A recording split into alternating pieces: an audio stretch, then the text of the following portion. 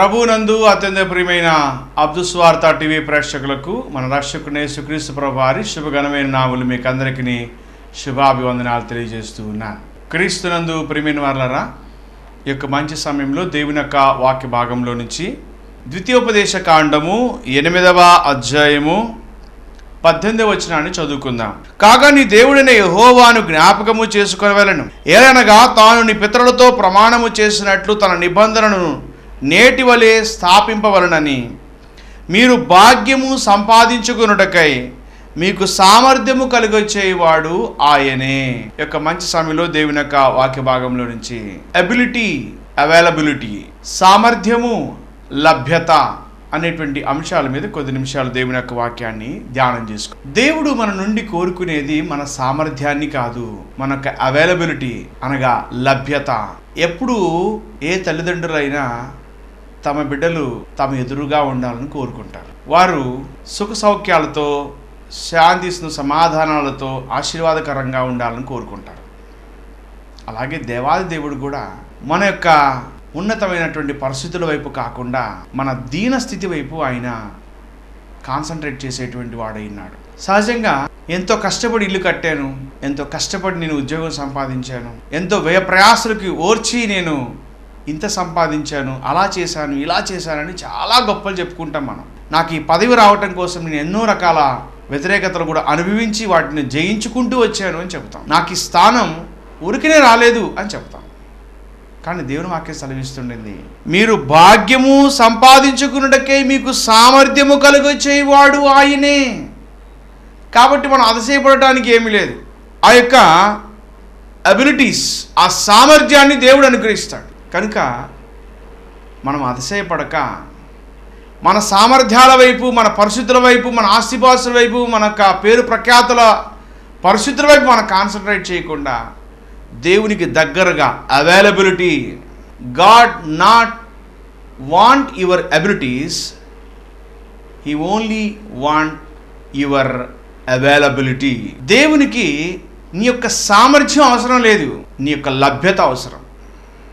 లభ్యత అనగా ఆయనకి నువ్వు దగ్గరగా, అనుకూలంగా, ఉపయోగకరంగా కనపడాలి. మన పత్రికల్లో మనం జ్ఞాపకం చేసుకుంటాం, ఇంటిలో ఖరీదైనటువంటి పాత్రలు ఉంటాయి, ఘనమైనవి ఉంటాయి, ఘనహీనమైనవి ఉంటాయి. కానీ ఆ సమయంలో మనకి ఏది దగ్గరగా ఉంటే ఆ వస్తువును మనం ఉపయోగించుకోవడానికి ఇష్టపడతాం. ఎక్కడో దూరం ఉన్నటువంటి మన బంధువు కన్నా పొరుగువాడు మనకు వాసి అని చెప్పి సామెతల్లో మనం చూస్తాం. దుర్దశలో అటువంటి వాడు మనకు సహోదరుడుగా ఉంటాడు అని సామెతలు 17:17లో చూస్తాం. నిజమైన స్నేహితుడు విడవక ప్రేమించును, దుర్దశలు అట్టివాడు సహోదరుడుగా ఉండును. ఆయన మన నిజ స్నేహితుడై ఉన్నాడు, ఆయన మన తండ్రి అయి ఉన్నాడు, ఆయన మన ప్రభు అయి ఉన్నాడు, మన సమస్తమునకు ఆయన ఆధారభూతుడై ఉన్నాడు. క్రీస్తునందు ప్రియ సహోదరుడా, సహోదరి, ఆయనకి నీ యొక్క అబిలిటీస్ అక్కర్లేదు, నీ యొక్క అవైలబిలిటీని ఆయన కోరుకుంటాడు. నా బిడ్డ ఎప్పుడు సౌకర్యవంతంగా, నాకు అనుకూలంగా, నాకు దగ్గరగా ఉండాలని కోరుకుంటాడు.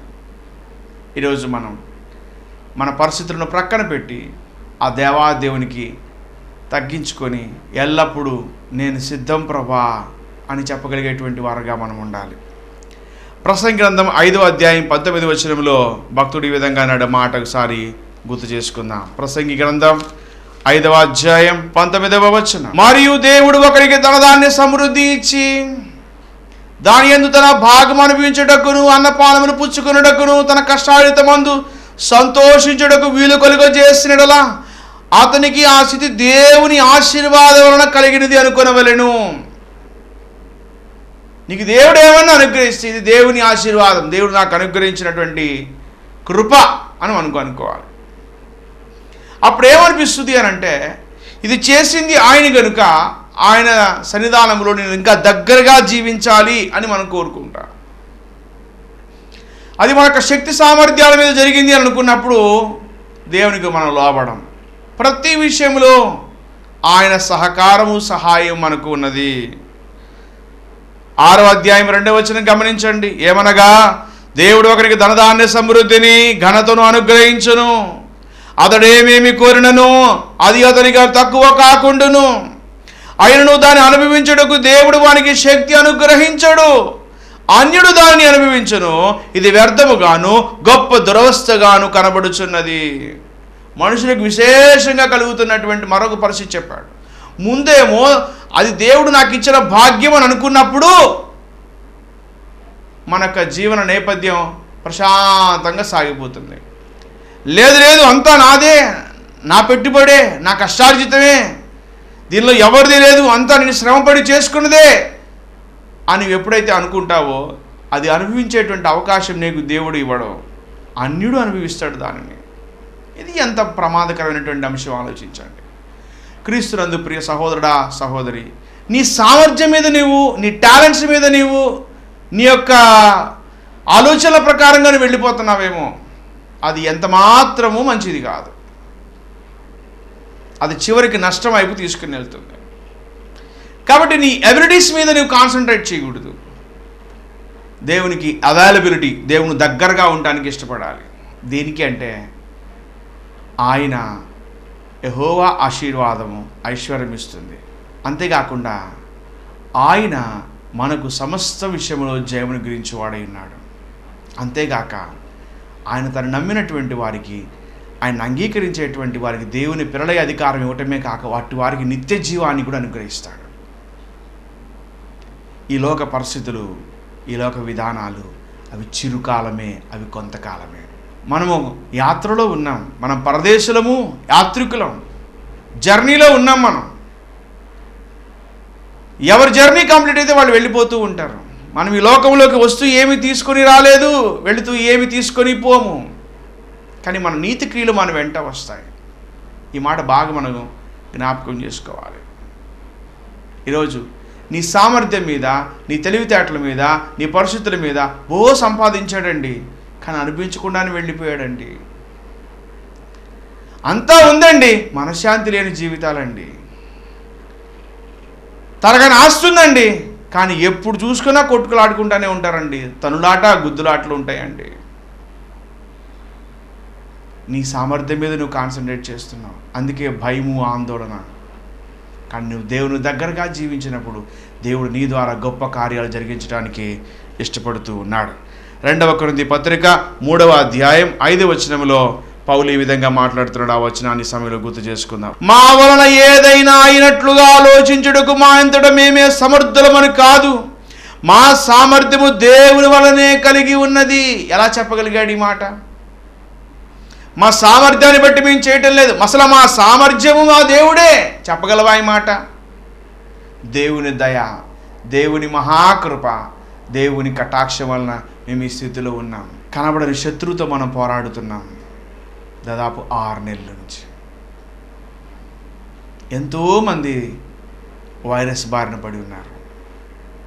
దేవుని కాపుదల, దేవుని కటాక్షం, దేవుని కనికరం, దేవుని మహాదయ వలన మనం బ్రతుకుతున్నాం. చెప్పగలమా ఈ మాట? మనం తీసుకుంటున్నటువంటి జాగ్రత్తలు ఏ పాటివి? మనం తీసుకుంటున్నటువంటి భద్రతలు ఏ పాటివి? ఆ మహాదేవుని దయ, ఆయన వాత్సల్యమును బట్టే, అనుదినం మన పట్ల కలుగుతున్న ఆయనకి ఉన్న వాత్సల్యతను బట్టే మనము నిర్మూలము కాకున్న వారము. విలాప వాక్యాల మాట మనం చూస్తాం. భక్తుడు అంటున్నాడు, మా సామర్థ్యము మా దేవుడే, మా సామర్థ్యము దేవుని వలనే కలిగి ఉన్నది. కారణం ఏమంటే పౌలు దేవునికి దగ్గరగా ఉన్నాడు, అవైలబుల్గా ఉన్నాడు. తన ఎబిలిటీస్ చూసుకోవట్లేదు. గలతీ పత్రికలోను, ఫిలిప్పీ పత్రికలోను, అపోస్తల కార్యములు తన సాక్ష్యాన్ని పౌలు తెలియచేస్తున్నప్పుడు చెప్తాడు, ఆయన నేను చాలా ఉన్నతమైనటువంటి వాడిని, పుట్టుకతోనే రోమిడను, హెబ్రీ యొక్క పరిస్థితులు కలిగినటువంటి వాడిని, బెన్యామీని వంశస్థుడును, చాలా ఘనతలున్నాయి నాకు, కానీ నాకున్నవన్నిటిని ప్రభు కొరకు పెంటతో సమానముగా ఎంచుకున్నాను. ఫిలిప్పీ 1:21లో చెప్తాడు, నా మట్టుకైతే బ్రతుకుడు క్రీస్తే, చావైతే నాకు లాభము. ఫిలిప్పీ 3:7లో మనం చూస్తాం, వెనుకున్నవి మరచి ముందున్న వాటి కొరకు వేగిరపడుచు, ముందున్నటువంటి వాటి కొరకు నేను పరిగెత్తుతూ ఉన్నాను, గురి ఎద్దుకే పరిగెత్తుతున్నాను, బహుమానం పొందాలని పరిగెత్తుతున్నాను, మంచి పోరాటము పోరాడుతున్నాను, నా కొరకు నీతి కిరీటం ఉంచబడింది. దేవునికి దగ్గరగా ఉండేటువంటి వాళ్ళు చెప్తారండి ఆ మాటలు. వాక్యం సెలవిస్తుంది, ఇర్మియా గ్రంథం 9వ అధ్యాయం 23-24 వచనాలు. యెహోవా ఇలాగ సెలవిచ్చుచున్నాడు, జ్ఞాని తన జ్ఞానమును బట్టి, శూరుడు తన శౌర్యమును బట్టి అతిశయించకూడదు. అతిశయించువాడు దేనిని బట్టి అతిశయించవలనగా భూమి మీద కృప చూపుచు నీతి న్యాయమును జరిగించుచున్న యెహోవాను నేనే గ్రహించి నన్ను పరిశీలనగా తెలుసుకుని బట్టి అతిశయించవలను. అట్టి వాటిలో నేను ఆనందించువాడని యెహోవా సెలవిచ్చుచున్నాడు. దేవునికి మహిమ కలుగును గాక. జ్ఞాని తన జ్ఞానమును బట్టి, శూరుడు తన శౌర్యమును బట్టి, ఐశ్వర్యవంతుడు తనకున్నటువంటి సంపదలను బట్టి, ధనవంతుడు అలా అతిశయించకూడదు. లూకా సువార్తలో మనం చూస్తాం వెర్రివాడిన ధనవంతుడు కథ. వానికి విస్తారంగా పంట పండింది, ధాన్యం సమృద్ధిగా ఉంది, కొత్త కొట్లు కట్టించుకొని వాటిలో యొక్క సరుకంతా ఉంచాలనుకుంటున్నాడు. అంతేగాక తన ప్రాణంతో చెప్తున్నాడు, నా ప్రాణమా, అనేక సంవత్సరాలకు కావలసినటువంటి ఆస్తిని నీకు సమకూరుస్తున్నాను, ఇక తిను త్రాగు సుఖించు అంటుండగా ఆ రాత్రి దేవుడు అతనితో మాట్లాడుతున్నాడు, వెర్రివాడా, ఈ రాత్రి నీ ప్రాణం అడుగుతున్నారు, నీవు సిద్ధపరచినవి ఎవరి వగును? అంతా సిద్ధపరచుకొని, భోజనం అంతా సిద్ధపరచుకొని తినేటప్పుడు తగులు పెట్టుకుంటారు చాలా మంది. తినేటప్పుడు మాటలు తేడా వస్తాయి. అనరాని మాట ఏదో పొరపాటు మాట ఏదో ఒకటి జరుగుతుంది. అనుకున్న చతుర్లే చీదరింపుల దాకా, చీత్కారాల దాకా వెళ్ళిపోతాయి. ఎవరు ఆ భోజనం చేయక ఆ సిద్ధపరిచిందంతా కుక్కల పాలన అవుతుంది, లేదంటే ఆ కుర్తి కొండలోకి వెళ్ళిపోతుంది. ఎంత భయంకరం! దేవుని దయ, దేవుని కటాక్షం, దేవుని యొక్క సామర్థ్యం వలనే మనం ఎదుగుతున్నాం. ఓ సహోదరుడా, సహోదరి, నీ ఎబిలిటీస్ని బట్టి నువ్వు అతిశయిస్తున్నావేమో లెక్క చేయడు దేవుడు. బైబిల్ గ్రంథంలో నుంచి ఒక సందర్భాన్ని ఈ సమయంలో జాగ్రత్తగా గమనిద్దాం. మొదటి సమూయేలు గ్రంథం 16వ అధ్యాయంలో సమూయేలుతో దేవుడు మాట్లాడుతూ ఉన్నాడు. ఆ వచనాన్ని సమయంలో గుర్తు చేసుకుందాం. మొదటి సమూయేలు గ్రంథం 16వ అధ్యాయం 1 నుండి 13 వచనం కనుక చూస్తే సమూయేలుతో దేవుడు చెప్తున్నటువంటి మాట, నీ యొక్క కొమ్మును తైలముతో నింపుకొని యెషీ ఇంటికి వెళ్ళు, అక్కడ నేను తెలియజేసినటువంటి వానికి నీవు అభిషేకం చేయాలి, అతను ఇజ్రాయెల్ కాబోయేటువంటి రాజు అతనే అని తెలియజేస్తాడు. యెషీ ఇంటికి వస్తాడు, మొదటి వాడిని చూస్తాడు. 6వ వచనం గమనించండి, 16:6 మొదటి సమూయేలు గ్రంథం.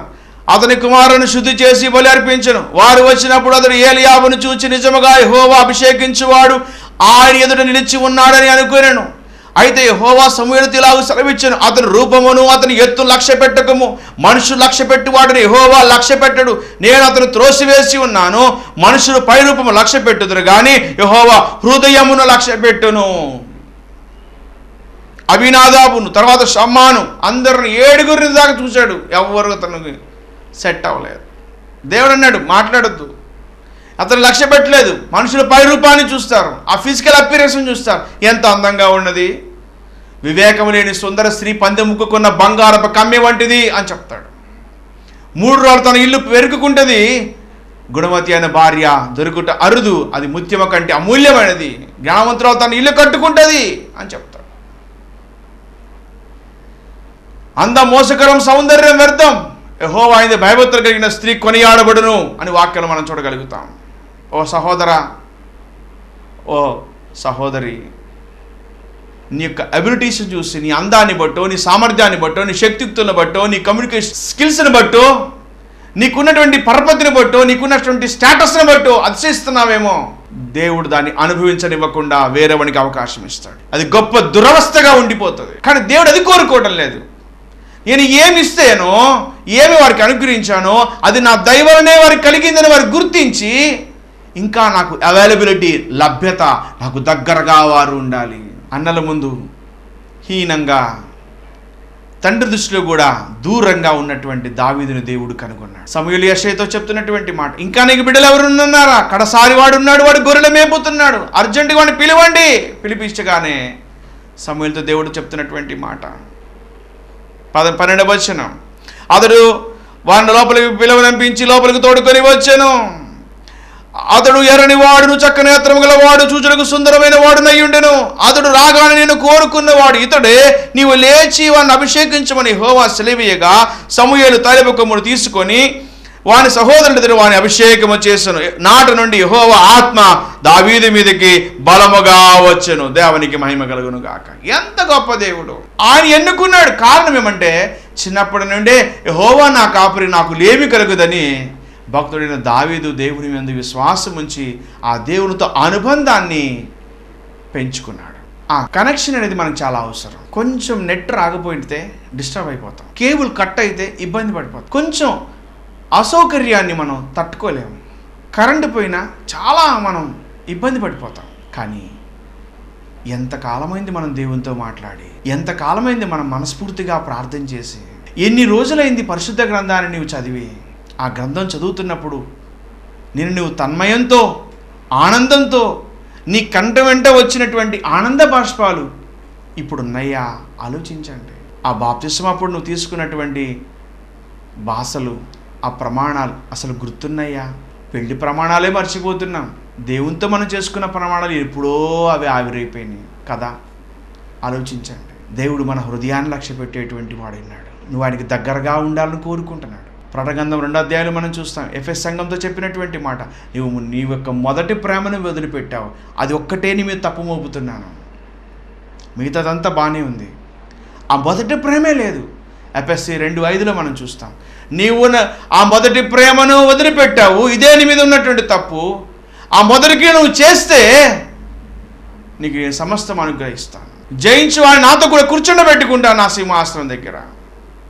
ఈరోజు చేయగలవా మనం ఆ విధంగా? మన ఎబిలిటీస్ పక్కన పెట్టి అవైలబిలిటీ, దేవుని దగ్గరగా, లభ్యత మనం తగ్గించుకునే దగ్గరగా ఉండటానికి సిద్ధపడాలని ప్రభు కోరుతూ ఉన్నాడు.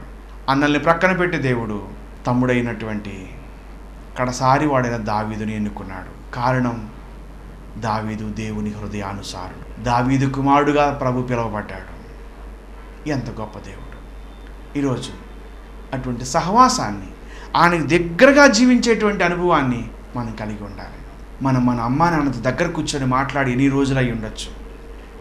ఫోన్లో పలకరిస్తున్నాం, అకౌంట్లో డబ్బులు వేస్తున్నాం, కానీ వారు దగ్గరగా కూర్చొని ఎంతకాలమైంది మనం మాట్లాడి, ప్రేమతో కలిపెట్టినటువంటి భోజనం పెట్టిన సందర్భాలు గుర్తున్నాయా?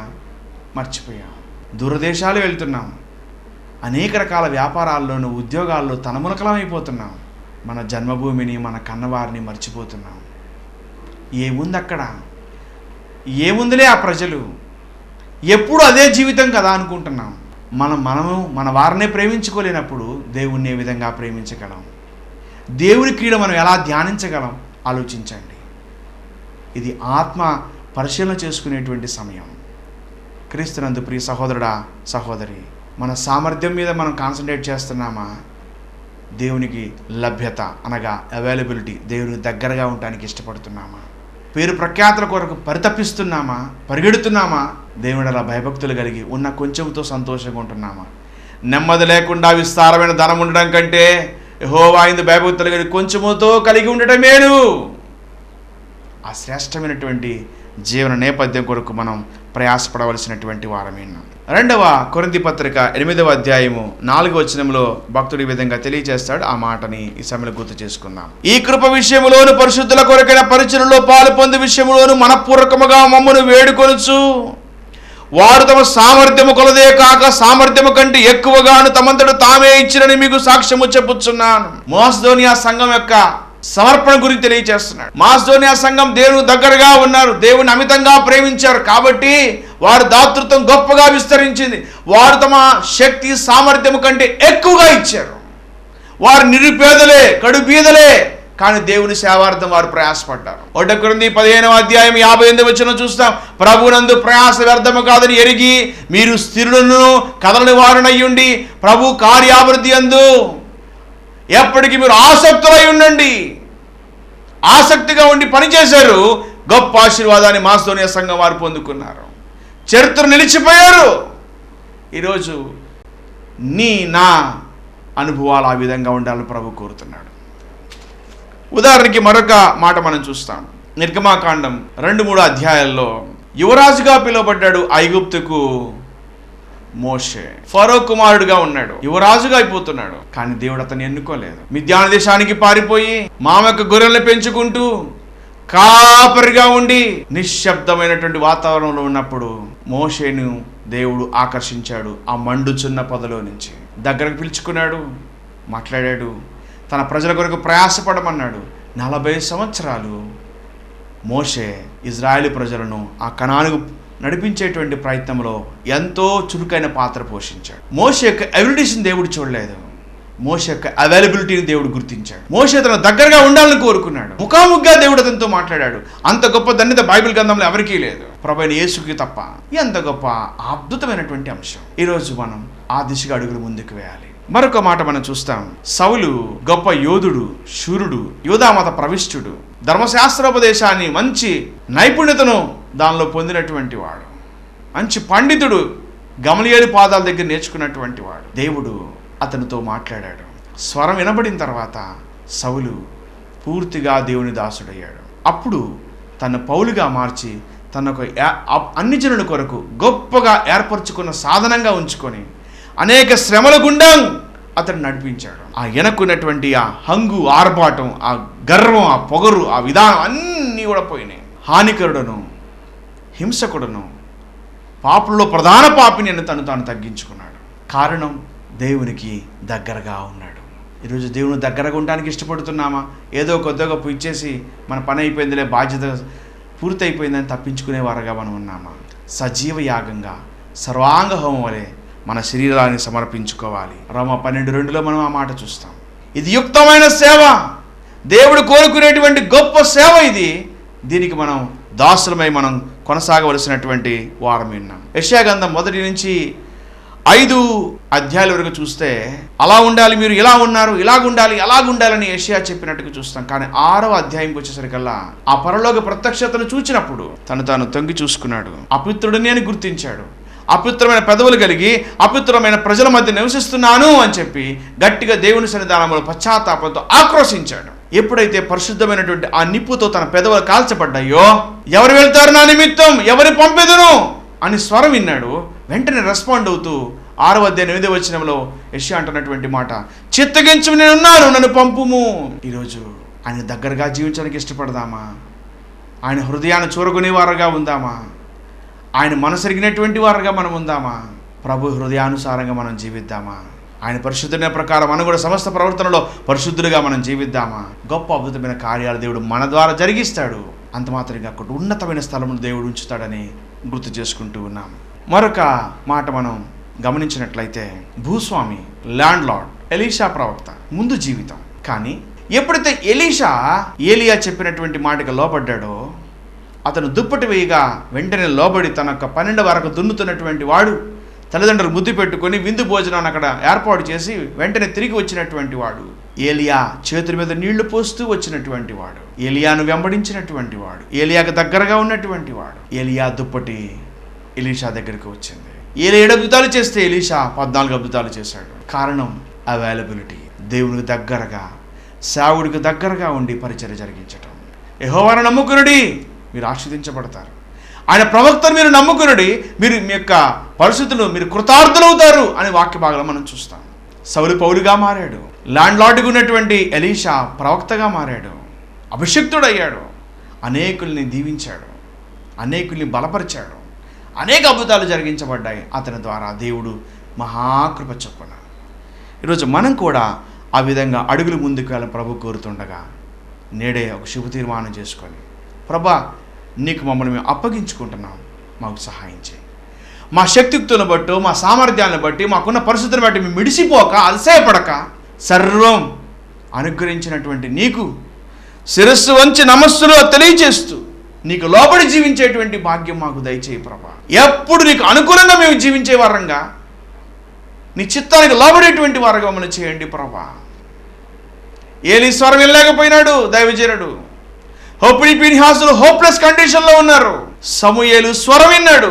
సమూయేలు అని పిలవగా, చిత్తము నీ దాసు ఆలకించుచున్నాడు, సెలవిమ్ము అన్నాడు.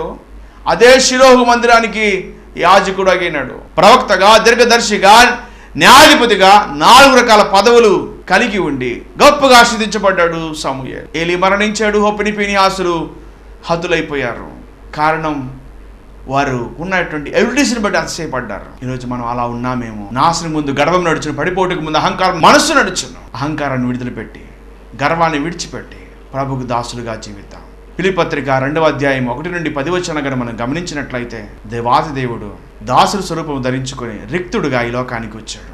పశువుల పాకలో పుట్టాడు. తన దారిద్ర్యం వల్ల మనం ధనవంతులం కావాలని ఆయన దరిద్రుడయ్యాడు. స్వరూపము సొగసు కోల్పోయినాడు. చూడనల్లని వారుగా అయినాడు.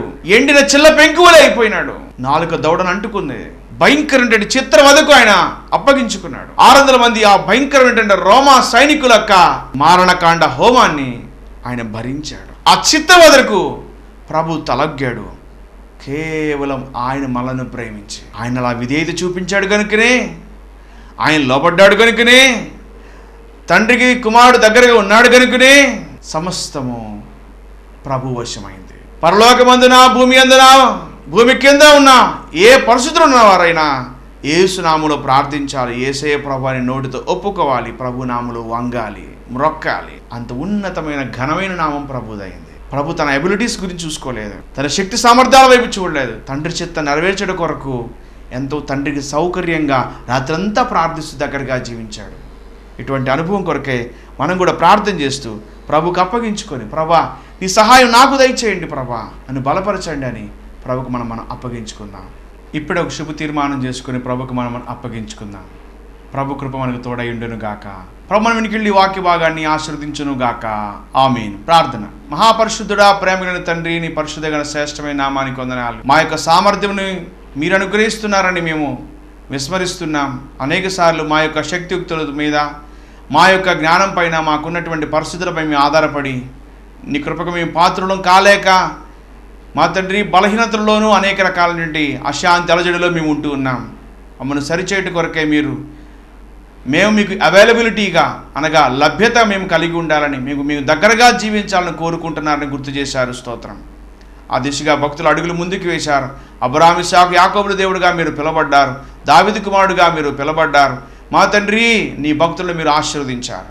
అలా ప్రతి ఒక్కరు కూడా అనుభవం పొందడానికి, ప్రతి ఒక్కరు మా వ్యక్తిగతంగా నీతో అనుబంధం కలిగి ఉండటానికి, ప్రార్థనలో వాక్యములు పట్టు సాధించడానికి, స్తుతి ఆరాధనను మా ప్రభా మా తండ్రి చేస్తూ నీకు దగ్గరగా జీవించడానికి నీ మహింపరిచేవారుగా సిద్ధపరచమని కోరుతుంటున్నాం. ఇక టీవీ ప్రోగ్రామ్ స్పాన్ చేసిన దాసుడు ఆర్సి రామయ్య గారిని బట్టి వందనాలు, సతీమణిని బట్టి వందనాలు. ఆయనకి ఇచ్చిన 3 బిడ్డలు కూడా మీరు దీవించి ఆస్వాదించి వారి కుటుంబాలు మీరు వర్ధల చేయమని కోరుతున్నాం. చిన్న బిడ్డ మా ప్రభా మా తండ్రి అజయకుడు మంచి ఆరోగ్యం మనకి గురించి సంపూర్ణ స్వస్థపరచమని కోరుకుంటూ, అంత ప్రభావాలు మీకు ఆరోపిస్తూ కుటుంబీకులందరినీ మీ యొక్క దీవెన ఆశీర్వాదాలను చొప్పున మీరు దీవించి బలపరచమని కోరుతూ, ఎంతమంది ఇక్కడ ఈ కార్యక్రమాన్ని వీక్షిస్తున్నారు వీక్షలన్నీ కూడా మీరు చూచి దీవించి నీ కృపకు పాత్రలుగా చేయమని వేడుకుంటూ, యేసు పరిశుద్ధమైన నామములో స్తుతించి ప్రార్థించడానికి వేడుకుంటున్నాము తండ్రి. ఆమేన్. తండ్రి, కుమార శుద్ధాత్మ త్రియేక దేవుని జీవిస్తున్న దాని తోడయండి, సమస్త విషయంలో జయమిచ్చి ముందుకు నడిపించు గాక. Amen. Amen. Praise the Lord.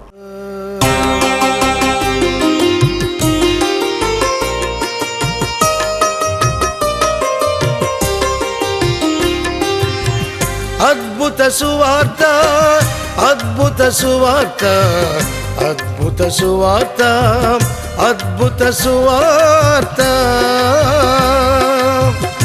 అద్భుత సువార్త, అద్భుత సువార్త, అద్భుత సువార్త.